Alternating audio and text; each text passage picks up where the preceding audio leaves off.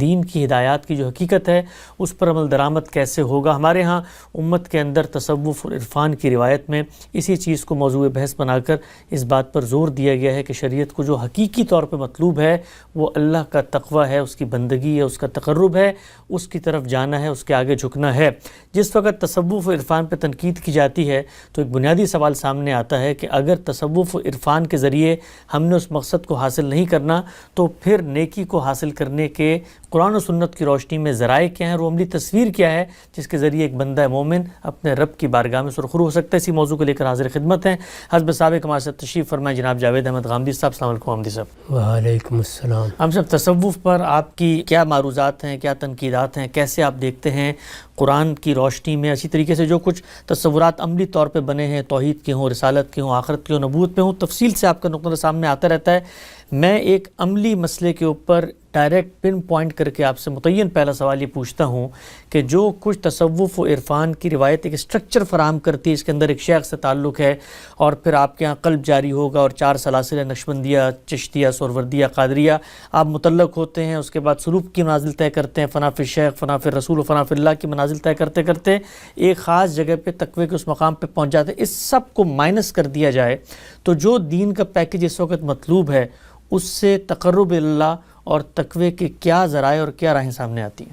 اس میں سب سے پہلی بات یہ ذہن نشین کرنی چاہیے کہ ہمارے لیے کیا چیز مطلوب ہے، کیا چیز ہماری منزل ہے، کیا چیز نصب العین کی حیثیت رکھتی ہے، ہمیں دنیا میں کیا چیز حاصل کرنی ہے۔ کیا دین اس معاملے میں رائے قائم کرنا دوسروں پر چھوڑ دیتا ہے یا وہ خود یہ بات بتاتا ہے؟ میں نے بارہا یہ عرض کیا ہے کہ دین کی ہدایت پیغمبروں کے ذریعے سے اب دی گئی ہے تو دونوں باتیں بڑی صراحت کے ساتھ واضح کر دی گئی ہیں۔ ایک یہ کہ دین ہے کیا، اور دوسرے یہ کہ یہ جو کچھ تمہیں دیا جا رہا ہے اس سے مقصود کیا ہے۔ کوئی بھی چیز جب آپ اختیار کرتے ہیں تو میرے نزدیک انسانی سطح پر سب سے پہلا سوال ہی یہ پیدا ہوتا ہے کہ اس کا ہدف کیا ہے، کیا چیز ہے جو حاصل کرنا پیش نظر ہے۔ تو قرآن مجید میں جو رسالت مآب صلی اللہ علیہ وسلم کے تقرر کی آیت ہے وہ اس پورے سوال کا جواب دیتی ہے۔ وہ یہ کہتی ہے کہ اللہ تعالیٰ نے انسانوں پر بڑا احسان کیا ہے کہ اپنا پیغمبر بھیجا ہے، اور جب پیغمبر بھیجا ہے تو اس کو ایک طرف وہ حکمت عطا فرمائی ہے جو حکمت تمہارے علم و عمل کے لیے ضروری ہے، اس کی بنیاد بنے گی۔ وہ دین کیا ہے یہ بھی بتائے گی، دین کی حقیقت کیا ہے یہ بھی بتائے گی، دین میں کیا چیزیں مطلوب ہیں یہ بھی بتائے گی، دین کن احکام کا مجموعہ ہے یہ بھی بتائے گی، اور پھر ان احکام کے نتیجے میں جو قانون اور ضابطہ بنتا ہے جس کو شریعت کہا جاتا ہے وہ بھی ہم نے اس پیغمبر کے ذریعے سے دی ہے، وہ تمہیں سکھائے گا۔ ٹھیک، میں نے اس کو اپنی کتابوں میں واضح کیا ہے کہ دین کی جو ہدایت بھی ہمیں دی گئی ہے وہ 2 اجزاء میں ہے، 2 حصوں میں ہے، ایک الحکمہ، ایک الکتاب۔ الحکمہ کیا ہے؟ الحکمہ میں وہ چیزیں ہیں جو ہمیں ماننی ہیں۔ ماننے کا مطلب یہ ہے کہ ہمیں ان چیزوں کو اس طرح ماننا ہے جس سے ہمارے علم کی تطہیر ہو جائے، ہمارا علم پاکیزہ ہو جائے، ہمارے علم سے ہر آلودگی دور ہو جائے اور ہمارا علم بالکل درست سمت میں اپنے لیے راستہ متعین کر لے۔ ٹھیک، اور وہ چیزیں جن کا تعلق عمل سے ہے ان کو قاعدے ضابطے میں تبدیل کر کے شریعت کا حکم بنا دیا جاتا ہے۔ اس سے مقصد یہ ہوتا ہے کہ انسان کی مدد ہو اور اس کو 2 اور 2 4 کے طریقے پہ بتا دیا جائے کہ تم نے یہ کرنا ہے، تم نے یہ کرنا ہے، تم نے یہ کرنا ہے، اور اس کے نتیجے میں تمہیں یہ چیز حاصل ہو جائے گی۔ درست، یعنی ان چیزوں کے اجزاء میں بھی مقاصد بیان کر دیے جاتے ہیں یا ان کا ریشنل سمجھا دیا جاتا ہے۔ تو یہ دوسری چیز شریعت ہے۔ اس کو سادہ لفظوں میں بیان کیجئے تو ایک ایمان و اخلاق کی چیزیں ہیں اور دوسرے قانون کی چیزیں ہیں۔ ان دونوں چیزوں کو بالکل متعین طریقے پر دین میں واضح کر دیا گیا ہے۔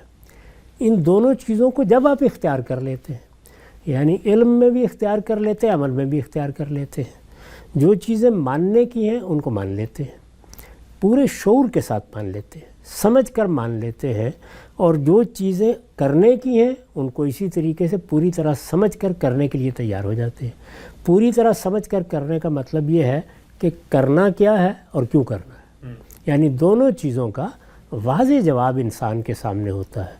تو جس وقت یہ دونوں چیزیں انسان اختیار کر لیتا ہے تو اس کے علم و عمل میں پاکیزگی پیدا ہوتی ہے۔ اس کو قرآن مجید پاکیزگی ہی سے تعبیر کرتا ہے، چنانچہ دین کا مقصد اس نے متعین کر دیا ہے، یہ علم و عمل کی پاکیزگی ہے۔ درست۔ قرآن کی اصطلاح میں اس کو تزکیہ کہا جاتا ہے، یعنی یہ یوں نہیں ہے کہ تزکیہ کوئی الگ سے عمل ہے جو ہم نے دین پر عمل کے ساتھ کرنا ہے، بلکہ دین ہے جس پر ہم نے عمل کرنا ہے، جس کا نتیجہ تزکیہ نکلے گا۔ اچھا، اس کو قرآن نے جگہ جگہ واضح کیا ہے اور یہ بتا دیا ہے کہ اسی سے انسان کی فلاح مقدر ہے، یعنی اگر وہ یہ راستہ اختیار کرے گا پاکیزگی کا تو اس کا نتیجہ کیا ہے؟ اس کا نتیجہ فلاح ہے۔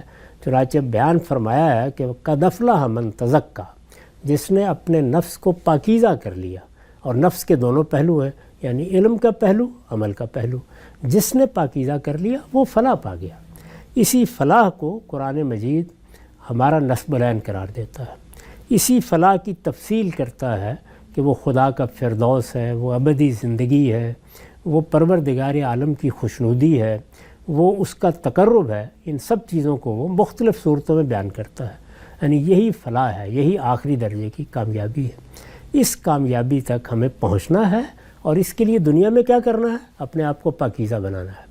اس پاکیزگی کو پھر مزید احکام کے پہلو سے بھی واضح کر دیا گیا ہے، یعنی وہ کیا چیزیں ہیں جس میں ہمیں اپنے بدن میں پاکیزگی پیدا کرنی ہے، وہ کیا چیزیں ہیں جس میں خور و نوش کو پاکیزہ رکھنا ہے، وہ کیا چیزیں ہیں جس میں اخلاق کی پاکیزگی مطلوب ہے۔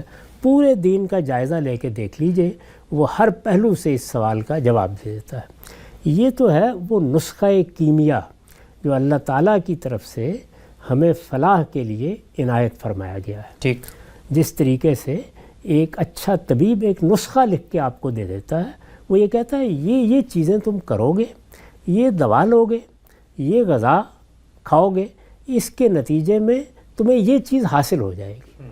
تو یہاں جو چیز حاصل ہوگی وہ بھی بیان کر دی گئی ہے، اور جو اس کو حاصل کرنے کے لیے کرنا ہے وہ بھی بیان کر دیا گیا ہے۔ اس میں اب کسی شخص کے لیے یہ گنجائش ہی نہیں ہے کہ وہ ایک تن کے برابر کوئی کمی کر دے یا ایک تنکے کے برابر کوئی اضافہ کر دے۔ ٹھیک، چنانچہ رسالت میں آپ صلی اللہ علیہ وسلم نے متنبع کر دیا ہے کہ یہ جو ہمارا امر ہے، یعنی امر دین، یہ جو دین کا معاملہ ہے، اس میں اب جو کچھ میں نے بیان کر دیا ہے، یعنی پیغمبر کی حیثیت سے، یہ اللہ کی حجت ہے، یہ تم پر قائم ہو گئی ہے۔ اس میں اپنی طرف سے تم احداث نہیں کر سکتے۔ احداث کا مطلب کوئی نئی چیز داخل نہیں کر سکتے۔ نئی چیز افراط میں بھی ہوتی ہے، تفریط میں بھی ہوتی ہے۔ ٹھیک، کسی چیز کو نکال کے بھی آپ ایک نئی چیز پیدا کر دیتے ہیں، کسی چیز کو اس میں ڈال کر بھی آپ ایک نئی چیز پیدا کر دیتے ہیں۔ تو ان تمام چیزوں کا راستہ بند کر دیا گیا ہے۔ اس کو قرآن مجید نے اس طرح بیان کیا کہ جب یہ ہدایت دے دی گئی تو فرمایا کہ الیوم اکملت لکم دینکم واتممت علیکم نعمتی ورضیت لکم الاسلام دینا، یعنی آج جب کہ یہ پیغمبر اب دنیا سے رخصت ہونے والے ہیں، ہم نے تمہارے دین کی جو ہدایت دینا شروع کی تھی اس کو پایہ تکمیل تک پہنچا دیا ہے۔ اب یہ دین تمہارے پاس ہے، اللہ کی نعمت تمہیں حاصل ہو گئی ہے۔ اس نعمت سے اب تم دنیا کی فلاح کے لیے بھی جد و جہد کرو اور آخرت میں بھی، اور اس پر اللہ راضی ہو گیا ہے۔ یعنی تمہارے پروردگار کی رضا حاصل کرنے کا جو مقصود ہو سکتا تھا کسی بندہ مومن کا، وہ اب اسی اسلام پر عمل کرنے میں ہے۔ وَرَضِيتُ لَكُمُ الْإِسْلَامَ دِينًا، یعنی میں نے تمہارے لیے دین کی حیثیت سے اس الاسلام کو پسند فرما لیا ہے۔ اس سے یہ بتا دیا گیا کہ یہ پایہ تکمیل کو پہنچ گیا ہے، لہٰذا اس میں اب کوئی چیز داخل نہیں کی جا سکتی۔ رسول اللہ صلی اللہ علیہ وسلم نے اسی اکملت لکم دینکم کو پیش نظر رکھ کے یہ فرمایا کہ ہمارے اس دین میں کوئی شخص کوئی نئی بات داخل کرنے کی کوشش نہ کرے۔ اس نئی بات کو کسی جگہ محدثات سے تعبیر کیا، کسی جگہ بدعت سے تعبیر کیا، اور یہ بتا دیا کہ جب اس میں کوئی نئی چیز داخل کرو گے تو یہ سراسر ضلالت ہوگی، سراسر گمراہی ہوگی، اور ضلالت اور گمراہی کا انجام دوزخ ہے، یہ بتا دیا۔ رسالت میں آپ صلی اللہ علیہ وسلم کے اس ارشاد کو ہمارے ہاں جمعے کے خطبات میں رکھ دیا گیا ہے، اس میں بار بار توجہ دلا دی جاتی ہے کہ کل محدثۃ بدعہ وکل بدعۃ ضلالہ وکل ضلالۃ الی النار۔ تو یہ بات سمجھ لینی چاہیے کہ یہ پورا دین ہے، یعنی جب آپ دین کا لفظ بولتے ہیں تو اس کا مطلب یہ ہے کہ اللہ کی وہ ہدایت جو اللہ کے قرب کے لیے دی گئی ہے، جو فلاح کے لیے دی گئی ہے، جو فردوس تک پہنچنے کے لیے دی گئی ہے، جو اللہ کو راضی کرنے کے لیے دی گئی ہے، وہ اسلام ہے۔